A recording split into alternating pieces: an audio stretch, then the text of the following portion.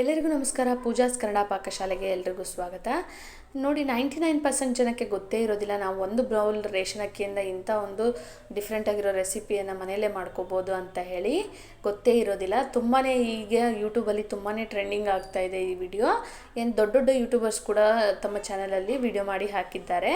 ನಾನು ಕೂಡ ಇವತ್ತು ಟ್ರೈ ಮಾಡಿದ್ದೀನಿ, ಯಾವ ರೀತಿಯಾಗಿ ಬಂತು ಅಂತ ಹೇಳಿ ನಿಮ್ಮೊಂದಿಗೆ ಹಂಚ್ಕೊಳ್ಳೋಣ ಅಂತ ಹೇಳಿ ಇವತ್ತಿನ ವಿಡಿಯೋ ಮಾಡ್ತಾಯಿದ್ದೀನಿ.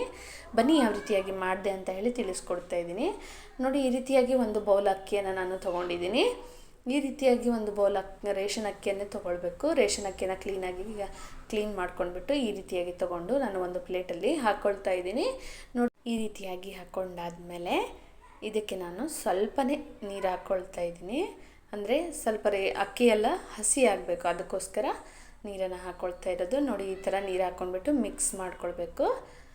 ನೋಡಿದ್ರಲ್ಲ, ಈ ರೀತಿಯಾಗಿ ಮಿಕ್ಸ್ ಮಾಡ್ಕೊಳ್ಬೇಕು. ಇತ್ತೀಚೆಗೆ ತುಂಬಾ ಯೂಟ್ಯೂಬಲ್ಲಿ ವೈರಲ್ ಆಗಿರೋವಂಥ ವಿಡಿಯೋ ಅಂತಲೇ ಹೇಳ್ಬೋದು. ದೊಡ್ಡ ದೊಡ್ಡ ಕುಕ್ಕಿಂಗ್ ವಿಡಿಯೋ ಮಾಡುವಂತಹ ಯೂಟ್ಯೂಬರ್ಸ್ ಕೂಡ ಇದನ್ನು ತಮ್ಮ ಚಾನಲಲ್ಲಿ ಹಾಕ್ಕೊಂಡಿದ್ದಾರೆ. ಯಾವ ರೀತಿಯಾಗಿ ಬರುತ್ತೆ ಅಂತೇಳಿ ನಿಮ್ಮೊಂದಿಗೂ ಕೂಡ ಹಂಚ್ಕೊಳ್ಳೋಕ್ಕೋಸ್ಕರ ಈ ವಿಡಿಯೋ. ನೋಡಿ, ಕಡಾಯಿನ ಇಟ್ಕೊಳ್ತಾ ಇದ್ದೀನಿ. ಈಗ ಮಿಕ್ಸ್ ಆದಮೇಲೆ ಮಿಕ್ಸ್ ಮಾಡಿಕೊಂಡು ಕಡಾಯಿ ಬಿಸಿ ಆದಮೇಲೆ ಅದಕ್ಕೆ ಈ ಅಕ್ಕಿಯನ್ನು ಹಾಕ್ಕೊಳ್ತಾ ಇದ್ದೀನಿ. ನೋಡಿ, ಈ ರೀತಿಯಾಗಿ ಹಾಕ್ಕೊಂಡ್ಬಿಟ್ಟು ನೀವು ಬಿಸಿ ಮಾಡಿಕೊಳ್ಬೇಕು.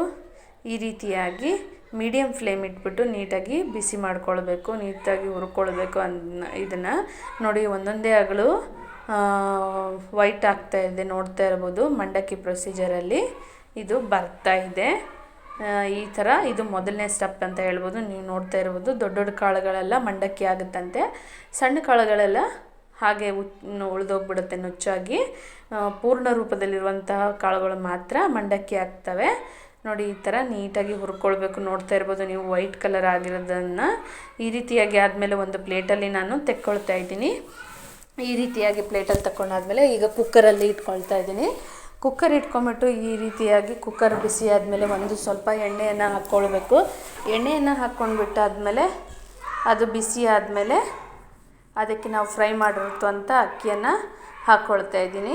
ನೋಡ್ತಾ ಇರ್ಬೋದು, ಈ ರೀತಿಯಾಗಿ ಎಣ್ಣೆಗೆ ಹುರಿದಿರ್ತಕ್ಕಂಥ ಅಕ್ಕಿಯನ್ನು ಹಾಕ್ಬಿಟ್ಟು ರುಚಿಗೆ ತಕ್ಕಷ್ಟು ಸ್ವಲ್ಪ ಉಪ್ಪನ್ನು ಹಾಕ್ಕೊಳ್ಬೇಕು. ನೋಡಿ, ಈ ಥರ ಉಪ್ಪನ್ನು ಹಾಕ್ಕೊಂಡಾದ್ಮೇಲೆ ಈ ಥರ ಮಿಕ್ಸ್ ಮಾಡ್ಕೊಳ್ಬೇಕು. ಮಿಕ್ಸ್ ಮಾಡ್ಕೊಂಡಾದ್ಮೇಲೆ ಇದು ಕುಕ್ಕರ್ ವಿಜಿಲನ್ನು ಮುಚ್ಚಿ ಒಂದು 15ರಿಂದ 20 ನಿಮಿಷ ಬಿಡಬೇಕು ಅಂತ ಹೇಳಿ ವಿಡಿಯೋದಲ್ಲಿ ನೋಡಿದೆ. ನೋಡಿ, ಈ ಥರ ಬಿಟ್ಟಾದಮೇಲೆ ವಿಜಿಲ್ ಬಂದಿದೆ ನಂದೊಂದು. ಈ ರೀತಿಯಾಗಿ ಆದಮೇಲೆ ನೋಡಿ, ವಿಜಿಲ್ ತೆಗಿತಾ ಇದ್ದೀನಿ. ಎಷ್ಟು ಚೆನ್ನಾಗಿ ಏರ್ ಇಟ್ಕೊಂಡಿದೆ ನೋಡ್ತಾ ಇರ್ಬೋದು. ಬನ್ನಿ ಯಾವ ರೀತಿಯಾಗಿ ಬಂದಿದೆ ಅಂತ ಹೇಳಿ ತೋರಿಸ್ತೀನಿ. ನೋಡಿ, ಇವಾಗ ಓಪನ್ ಮಾಡ್ಕೊಳ್ತಾ ಇದ್ದೀನಿ.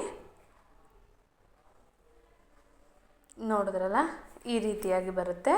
ಯಾವುದೇ ಒಂದು ವೈರಲ್ ವಿಡಿಯೋ ಆದರೂ ಕೂಡ ಯಾವುದು ಕೂಡ ಸತ್ಯ ಇರೋದಿಲ್ಲ. ವೈರಲ್ ಅಂತ ಅಂದ್ಬಿಟ್ರೆ ಜನರಿಗೆ ಮೋಸ ಮಾಡೋಕ್ಕೋಸ್ಕರ ಮಾಡ್ತಾರೆ. ನೋಡಿ, ಎಷ್ಟೊಂದು ಅಕ್ಕಿಯೆಲ್ಲ ವೇಸ್ಟ್ ಆಗಿದೆ ಅಂತ ಹೇಳಿ ನೀವು ನೋಡ್ತಾ ಇರ್ಬೋದು.